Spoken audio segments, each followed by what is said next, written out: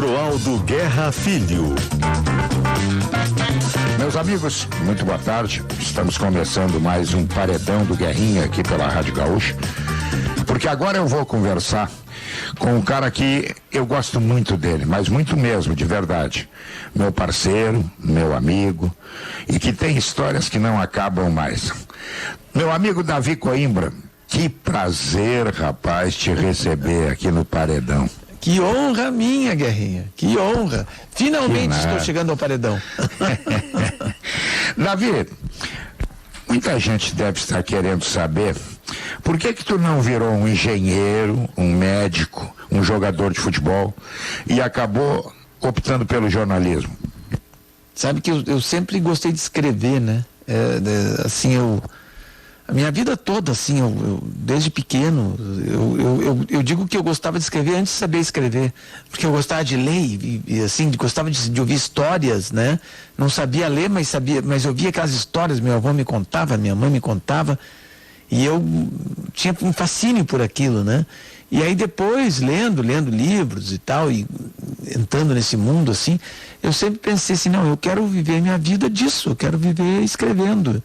Né? E foi por isso que eu me tornei jornalista. Eu não me tornei eu não escrevo porque sou jornalista, né? Eu sou jornalista para escrever. Foi isso que sempre me encantou, Guerrinha, sempre.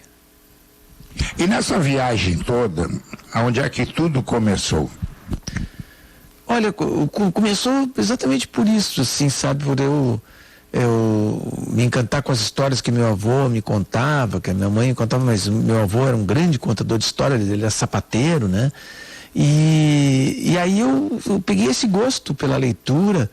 Tinha, por exemplo, lá no IAPI, tem ainda uma biblioteca chamada Biblioteca Infanto Juvenil Romano Raif. Ela fica na frente do Arimpedro hoje. Antes ela ficava embaixo dos prédios onde eu morava, tinha um salão de festas e tinha biblioteca, era uma bibliotequinha pequena ali, e eu ia lá naquela biblioteca ler. Eu gostava de ficar lá, eu dizia que eu tinha lido todos os livros da biblioteca, e era quase isso mesmo, pelo menos todos que me interessavam eu tinha lido, né? Eu sentava lá, ficava lendo e me encantava com aquilo, né? Tu sempre foi adepto do romance? Fazendo isso. O romance que te mexia mais com... Ou tu gostava daquelas histórias assim que deixavam o fim desconhecido? Eu sempre gostei de história policial, né? Então, eu já pequeno li aqueles livros de mistério, de história policial. Uma época, eu ainda guria, mais novo que o meu guri agora, né? Eu gostava de ler, eu li todos os livros da Agatha Christie, aí depois fui evoluindo por histórias policiais, assim, eu me encantava com aquilo, né? Os caras contando. Depois eu peguei gosto pelos autores, chamados autores noir americano, né? Que vinham contando aquelas histórias de detetives e tal, aqueles detetives durões, né? Eu gostava daquele estilo de histórias, né? Aí depois, claro, a gente vai indo, vai evoluindo, vai mudando de estilo, vai mudando de gosto, né? Vai conhecendo outras vertentes da literatura e vai entrando nisso, né, Guerrinha? E o primeiro emprego? Pô, sabe que eu tive vários empregos, né? Vários empregos. Puxa vida, só em redação de jornal eu rodei por mais de redações, de 10 redações, né? Mas antes disso, obviamente, eu fiz outras coisas, né? Naquela época a gente trabalhava jovem, né? Hoje a gurizada trabalha um pouco mais tarde, mas naquela época, tu sabe disso, com 15, 16 anos, tu já estava procurando emprego, mas era mais difícil de conseguir, né? Então eu consegui vários empregos, eu passei por cada coisa que tu nem imagina. Eu trabalhei como pesquisador uma época, assim, pesquisador, os caras me davam essas pesquisas de opinião, assim, sabe? Eu saía pesquisando, depois tentei trabalhar como vendedor, foi um fracasso, porque a minha mãe trabalhava como vendedora de livros, eu tentei trabalhar como vendedor, e pensei, não, quem sabe eu ganho dinheiro como vendedor, foi um horror, eu não sabia vender. Eu nunca consegui vender bilhete premiado, sabe? Imagina o cara ter que vender papagaio, rapaz. Não, tu sabe que uma época, porque eu tentei vender publicidade, aí depois eu tentei vender, uma época me consegui um emprego como vendedor de títulos patrimoniais de clubes, né? Então era o União, era o Clube do Comércio, eu acho que até o Grêmio até tinha, eram diversos clubes assim que tinha título para vender. Eu nunca, Guerrinha, consegui vender um único título. Eu era mas tu sabe, Davi, como vendedor.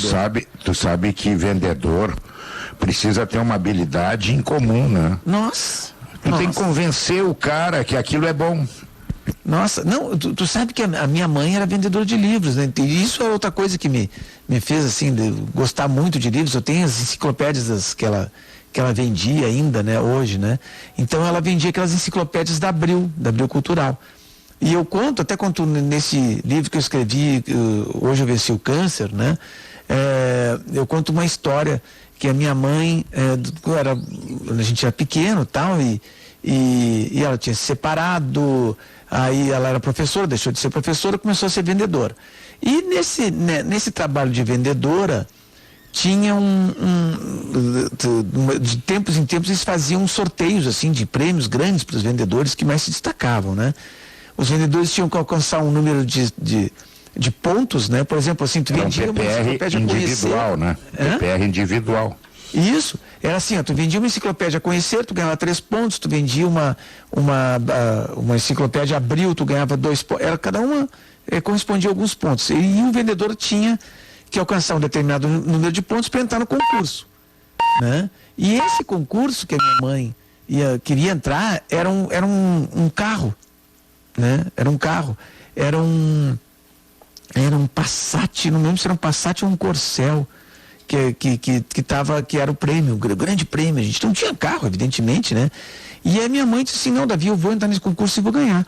E ela só falava isso, eu vou ganhar. E eu ouvi aquilo, eu era pequeno, mas eu já era um pouco cético, né? Eu dizia, puxa, por que a mãe acha que vai ganhar só porque vai entrar no concurso, né?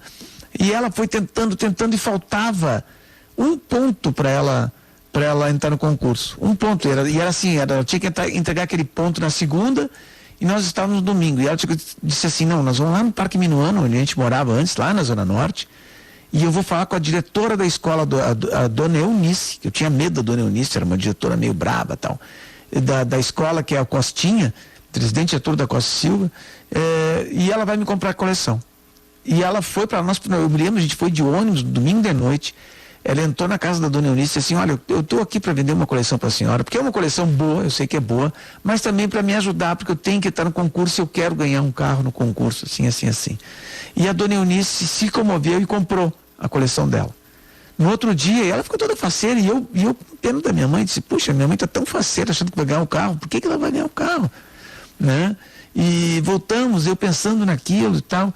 E a minha mãe, naquela segunda-feira de noite, ela nos deixou, meu avô ficou conosco, né, comigo, com meus irmãos, e ela disse, eu vou lá, agora vai ser o concurso, eu vou ganhar esse carro. A gente dormia num beliche, Guerrinha, era eu embaixo e a minha irmã em cima, um beliche assim, né? Era um apartamento de um quarto só. Tu já não fazia força naquele tempo, tu não queria subir a escada, né? E aí, Guerrinha, naquela segunda-feira de noite, eu sei que horas que a minha mãe chegou, a gente ia dormir cedo, era pequeno até. Minha mãe chegou, Davi, me acordando, ganhei o carro. Ela ganhou o carro, Guerrinha. Que maravilha. Ela ganhou.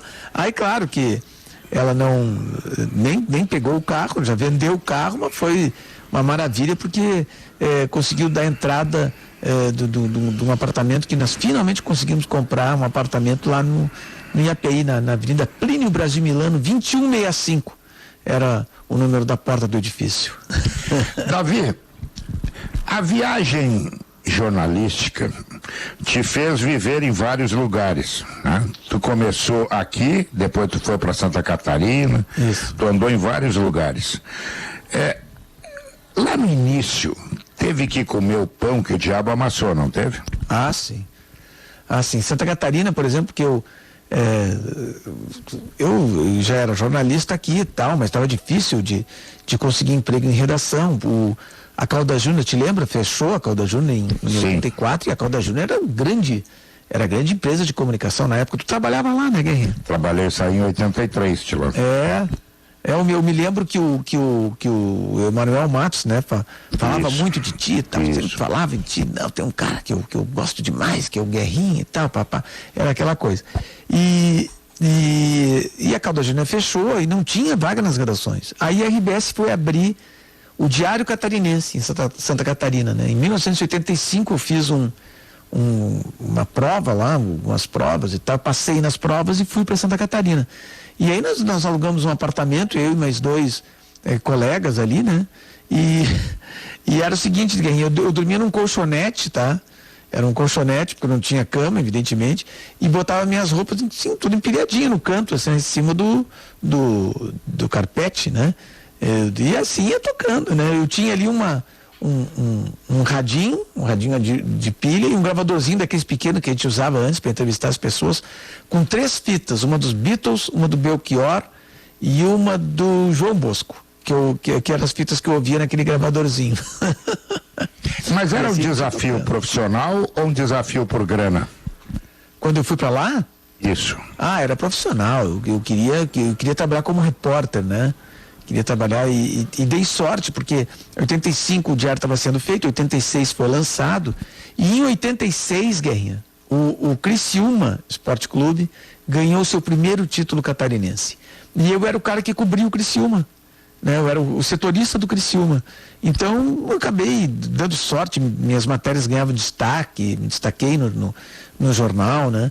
E aí até no ano seguinte eles me deram, não, pô, tá legal o teu texto aqui, tu escreve uma coluninha aqui. Aí eu comecei a escrever uma coluninha no jornal, no esporte, né, todos os dias, lá no Diário Catarinense. Aí em 86 o Criciúma foi campeão, em 87 eu estava escrevendo essa coluninha.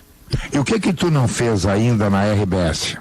Tu já foi editor de esportes, colunista e repórter, o que tu não fez ainda? Puxa vida, olha, assim, na redação, eu acho que não teve, talvez, eu não trabalhei no segundo caderno, na redação, e na economia. O resto, todas as editorias eu trabalhei, fui editor, fui repórter de polícia, de geral, de política, né? Fiz de tudo. E essa mudança toda, Davi, não só nesse ano, que é um ano atípico, né, com a pandemia, mas do repórter ficar muito sentado na redação. A notícia está na rua, cara. É verdade. Nossa, tu sabe que tinha uma época em que se dizia o seguinte, assim, o editor vinha falar contigo e dizia assim, pô, peraí, essa matéria aqui tu fez por telefone? Era algo assim meio desonroso tu fazer uma matéria por telefone. A matéria tu tinha que pegar o carro, pegar o fotógrafo, o motorista, ir lá falar com o cara, entrevistar, ver o que estava acontecendo, estar no local, né? E trazer a informação para a redação. Era assim que a gente fazia, né? A gente estava sempre na rua, né? O repórter, se dizia antes, né? O lugar de repórter era na rua. Tu mesmo, como repórter, começou no Turf, né? Tu ia assistir, eu lembro que tu ia assistir os treinos assim. Se não vai assistir os treinos, não sabe o que os cavalos fazem. Eu me lembro que tu ia assistir os treinos às 5 da manhã, né? E tinha muito isso, o repórter tinha que estar na rua, né? E hoje isso foi diminuindo e foi mudando essa maneira de se comportar da reportagem, né? E hoje o repórter, naquela nossa época, né, que a gente encostava no treinador, na beira do campo, durante o treino, e conversava com ele, com quantos treinadores, né, da dupla Grenal, lá do Criciúma, da seleção brasileira, eu ficava ao lado assistindo o treino e conversando, né? O Zagallo, por exemplo, que era um cara muito aberto, nós dávamos sugestões de escalação. O que é? Às vezes nós sugeria escalações, né? O pior é que tu vai continuar com esse cara até quando? Eu vou contar uma história tua, Guerrinha. Eu vou contar uma história tua, porque eu assisti essa história. O Muricy Ramalho, ninguém menos que o Muricy Ramalho, um dos maiores técnicos do Brasil, disse o seguinte: não, eu cheguei em Porto Alegre, teve uma coisa que eu aprendi em Porto Alegre, foi com o Guerrinha, que disse assim para mim: na dúvida, escala o bom. É verdade. Disse pra ele mesmo. Tu quer ganhar, quero. Então tu bota os bons, né? Se tu botar os mais ou menos, tu vai perder emprego. Que maravilha, né? Pô, tu ensinando o Muricy Ramalho, Guerrinha. Ele disse que levava a sério isso, que eu disse, tinha dúvida, disse, não, para aí, vou escalar o bom. É isso aí. Disse, com o bom já é difícil ganhar, rapaz. Tu imagina, né? Com mais ou menos tu vai perder, tu vai sofrer, vai perder o emprego. É muito complicado isso, né, cara? Muito complicado. E essa experiência na sala do redação? Bah, é uma experiência agora, é a segunda vez que eu tô no sala, né? A primeira foi rápida, né? A primeira foi rápida porque teve toda aquela confusão com o Santana e tal, e aí depois eu fiquei doente, né? E saí, aí tive que ir para os Estados Unidos, né? Então foi aquele sala que era, como se diz, o antigo sala, né? Que o Duda brinca, né? Fala o velho sala de redação, né? Que tava toda aquela turma, era um outro sala, né, Guerrinha? Era um sala que tinha um bombeiro do lado da porta, fora da porta. Para os primeiros socorros. Não, aquele sala lá para meter com aquela turma lá, era uma turma que... não sei quem é que dizia com razão, que era um moedor de carnes. É verdade. É verdade. Puxa vida. Aquele sala era eu e tu, Santana, Lauro Quadros, Vianney Carlê, Kenny Braga, Cacalo, meu Deus. Senhor de Deus, gasolina pura. Um time pesado, né? Então, de vez em quando estourava uma lá. Passou rápido o primeiro bloco. Vamos trocar o fardamento. Voltamos em seguida para o segundo tempo do Paredão do Guerrinha. Muitas histórias ainda. Dá um tempo aí que eu já volto. Adroaldo Guerra Filho. Estamos de volta com o Paredão do Guerrinha. Eu estou conversando com meu amigo, meu parceiro, foi meu chefe, hoje é meu colega, Davi Coimbra. Davi, e como é ou como foi viver longe do Brasil? Pois é. Sabe que eu conto uma história, sempre conto o seguinte: quando eu estava morando em Santa Catarina, eu me sentia mais distante de Porto Alegre do que quando eu fui morar em Boston. Porque naquela época, em primeiro lugar, a ligação interurbana, mesmo que fosse interestadual, era muito cara. Então, eu ganhava um piso de jornalista, né, Guerrinha? Então, eu ligava para casa, por exemplo, a minha mãe, uma vez por semana, marcava o dia de ligar, daí minha irmã, meu irmão estavam juntos e tal. Quem queria falar comigo tinha que estar junto, porque a gente não tinha... Não podia gastar assim, né, no telefone. E eu ia no orelhão, porque não tinha telefone. Não existia celular, não existia ligação por WhatsApp, não existia internet, né? Então as comunicações eram muito complicadas. Tu não via ninguém por vídeo, nem pensava, isso aí era algo impensável, né? Não tinha Skype, não tinha nada disso. Então a gente ficava muito distante assim, das pessoas, né? Da tua cidade, né? Depois, agora, indo para os Estados Unidos, eu estava como que hoje a gente está em home office, que se diz, né? Porque era mais ou menos isso. Eu ficava falando com todo mundo por WhatsApp, ou por Skype, ou sabe, de diversas formas de comunicação, né? E estava muito mais integrado, vamos dizer assim, com as coisas que aconteciam no Brasil, né? Em Porto Alegre, tanto que escrevia os meus textos, se for pegar, eles são basicamente sobre o Brasil. Claro que eu fazia uma comparação, às vezes, contava alguma coisa que tinha acontecido lá e tal, mas era basicamente sobre o Brasil. Agora tem um troço, né, Guerrinha? Eu sou um brasileiro, eu sou incorrigivelmente brasileiro, né? Eu gosto do Brasil, por incrível que pareça, né? Gosto de Porto Alegre, gosto da convivência com as pessoas, de estar presente com as pessoas. Agora teve uma infelicidade nesse meio aí, né? Eu voltei para o Brasil exatamente depois de 6 anos para voltar a ter essa convivência, essa experiência pessoal, né? Epidérmica, vamos dizer assim. E o que aconteceu? Fechou tudo por causa da pandemia. Então quer dizer que agora de novo eu estou como se eu estivesse lá nos Estados Unidos, Guerrinha. E como é que tu está te virando agora com esse negócio de trabalhar em casa, tu que também é um homem da rua? Pois é, eu tô fazendo, tem esse problema da gente, é bom, né, a gente sair, conviver, ver as coisas, conversar com as pessoas, né, mas eu tô mais ou menos como eu estava lá, né, em casa, fazendo as coisas em casa, recebendo as informações via online, né? E tocando a vida. Vamos lá, vamos esperar que isso passe de uma vez, né? Que a gente possa voltar à convivência normal, né, Guerrinha? Nós que gostamos também muito de futebol, né? Esse negócio de ter que ver futebol pela televisão, não pode ir ao estádio, complicou tudo. Mas vai passar, vai passar. Me diz uma outra coisa, Davi. Como é que tu lida, tu sendo tão polêmico, principalmente em política, com as redes sociais? Eu custei aprender, assim, demorei um pouco a aprender como lidar com as redes sociais, porque a gente não pode querer responder a tudo, né? Não pode querer, o cara te critica, o cara às vezes é maldoso e faz isso para provocar mesmo, né? A gente não pode entrar nisso, a gente não pode entrar nessa provocação.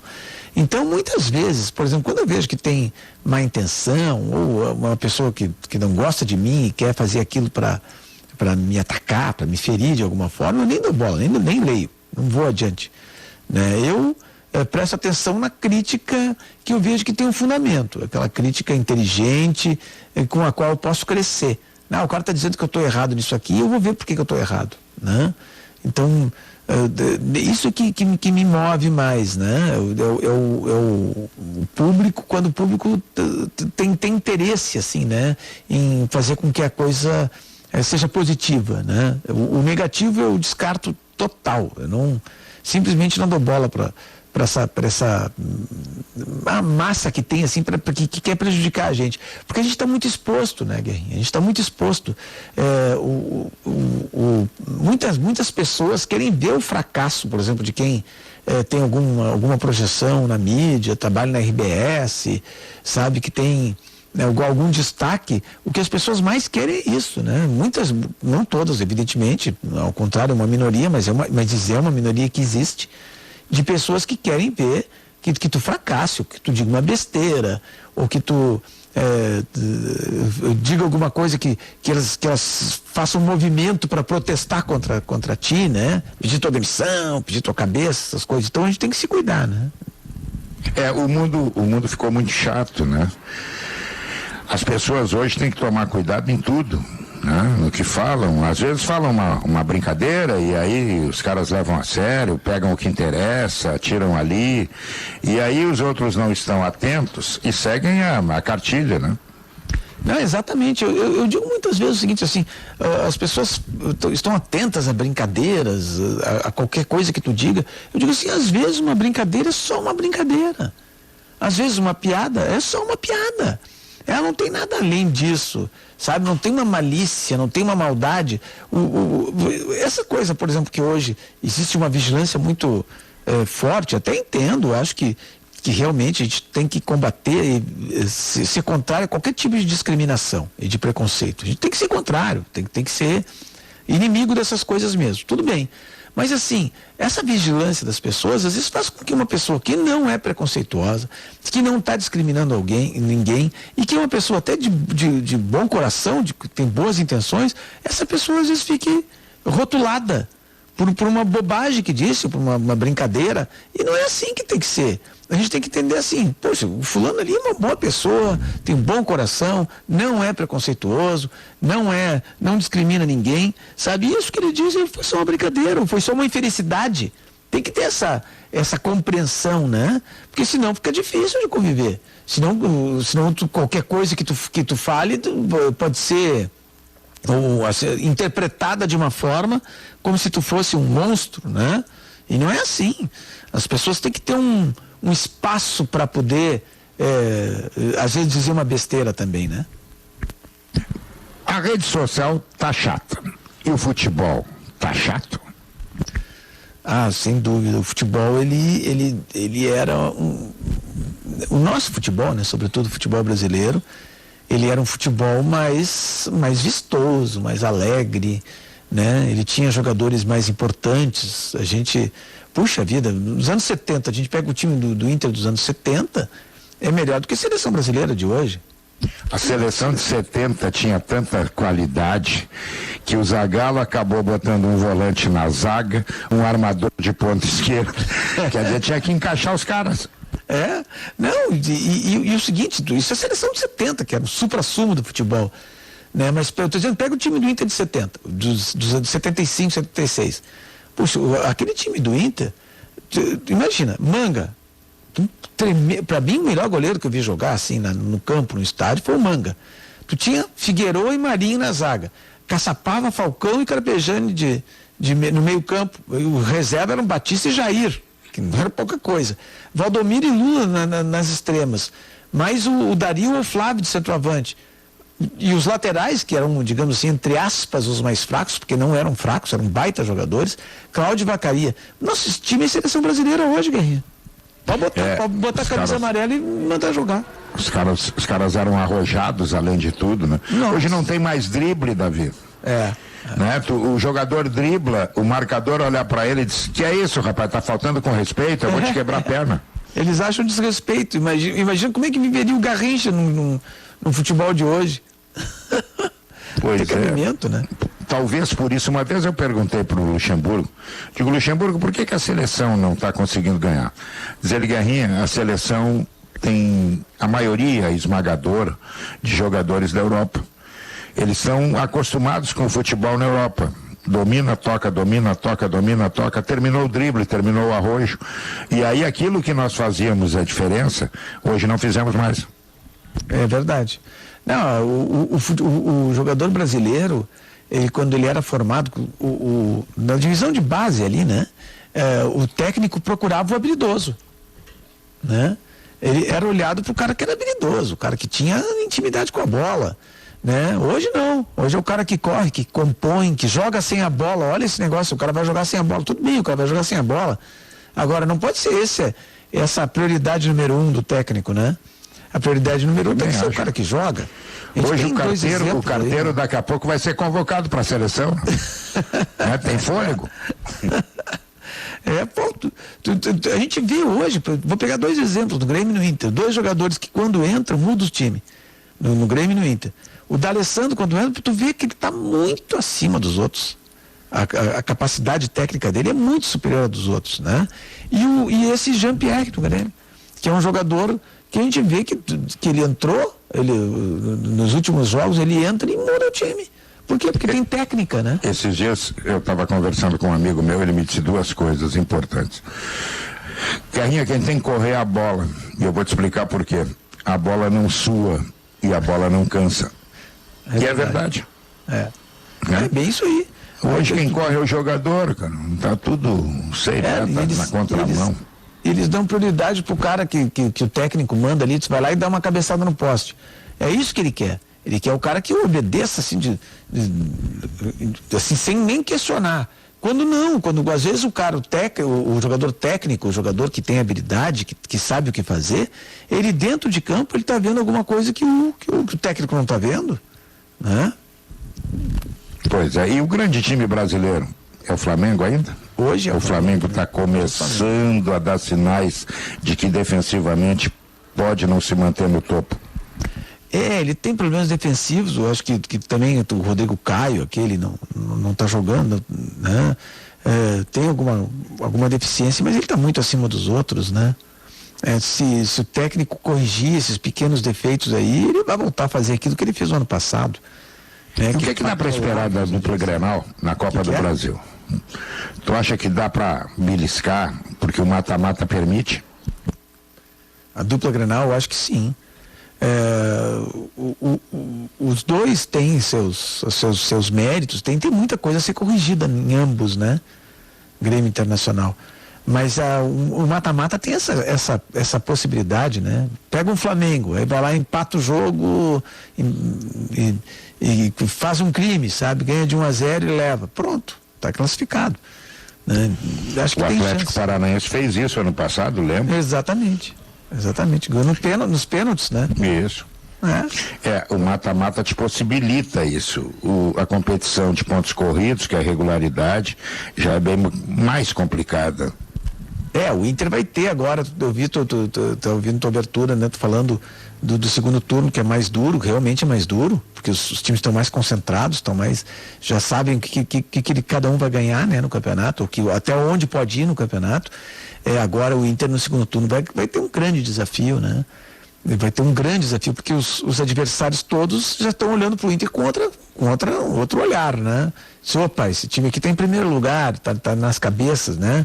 Thiago Galhardo, um jogador que vai ser mais vigiado, né? Então, o Inter vai enfrentar um segundo turno mais pesado do que o primeiro, né? Davi, por que tu ainda cogita ou não cogita, não sei, fazer televisão? Olha, hoje em dia a gente tem que... Nós já fizemos juntos, né, Guerrinha? Lembra? Já fizemos, era gostoso, né? Era bem legal. E domingo de noite tava aquele negócio, depois de tudo acontecer, bate-bola. A sensação boa, né? Discutia, chegava à conclusão que estava tudo certo ou tudo errado, era muito legal. Era bem legal. Hoje em dia a gente tem que fazer de tudo, né? Acabou aquela época que tu ou era jornalista de jornal ou de rádio ou de TV. Hoje em dia tu tem que fazer de tudo, tem que fazer TV, tem que fazer o site, tem que fazer rádio, tem que às vezes entrar no Instagram, sei lá, essas coisas todas, né? A gente não escolhe mais veículo e tem que ser múltiplo, né? Porque senão a gente fica para trás. Quantos anos de estrada? No jornalismo, tu viu, eu te falei de 86, na verdade são 30, que eu estou trabalhando como jornalista, assim, são 38 anos, Guerrinha. É muito tempo. E é bom, né? É bom, eu gosto. É bom, rapaz. Eu sinto muita falta da redação. Pô, aquela nossa convivência, aquele antigo esporte, por exemplo, que a gente tinha, era uma coisa sensacional, né? Com todas aquelas feras e assim, um ambiente rico, né? Era bom de se conviver naquele tempo. O papo, quando é bom, vai rápido, viu? Levanta a placa e aí não tem mais, o cara apita e termina. Mas antes de tu ir embora, eu vou te fazer aquela pergunta básica do paredão do Guerrinha. O que tu fez, seja na tua vida pessoal ou profissional, que tu não deveria ter feito? E o que tu ainda não fez, mas tu quer fazer? O que eu fiz que não deveria ter feito? Puxa vida, é uma boa pergunta essa. Boa pergunta, eu tinha que ter pensado melhor nessa resposta.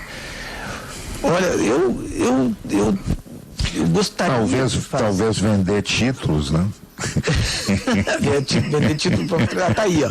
Tu respondeu por mim. Vender título patrimonial foi uma péssima experiência para mim. Eu descobri que não sou vendedor, não consigo vender coisas, sou um fracasso horrendo nesse sentido, né? O que eu gostaria de fazer mais, eu gostaria de escrever algumas coisas diferentes, assim, sabe? De livro, né? Gostaria de entrar, assim, em umas searas diferentes, mais dessa área de história, talvez, sabe? Que eu gosto muito, sabe? Gostaria de fazer alguma coisa por aí. Meu amigo Davi Coimbra acabou, né? E quando acaba, sobe a placa e não tem o que fazer. Então, eu quero dizer a você que certamente gostou desse papo, que amanhã tem futebol em dose dupla aqui na Gaúcha. O Inter joga no Beira-Rio contra o Fluminense. E o Grêmio depois enfrenta o Corinthians, tudo isso pelo Brasileirão.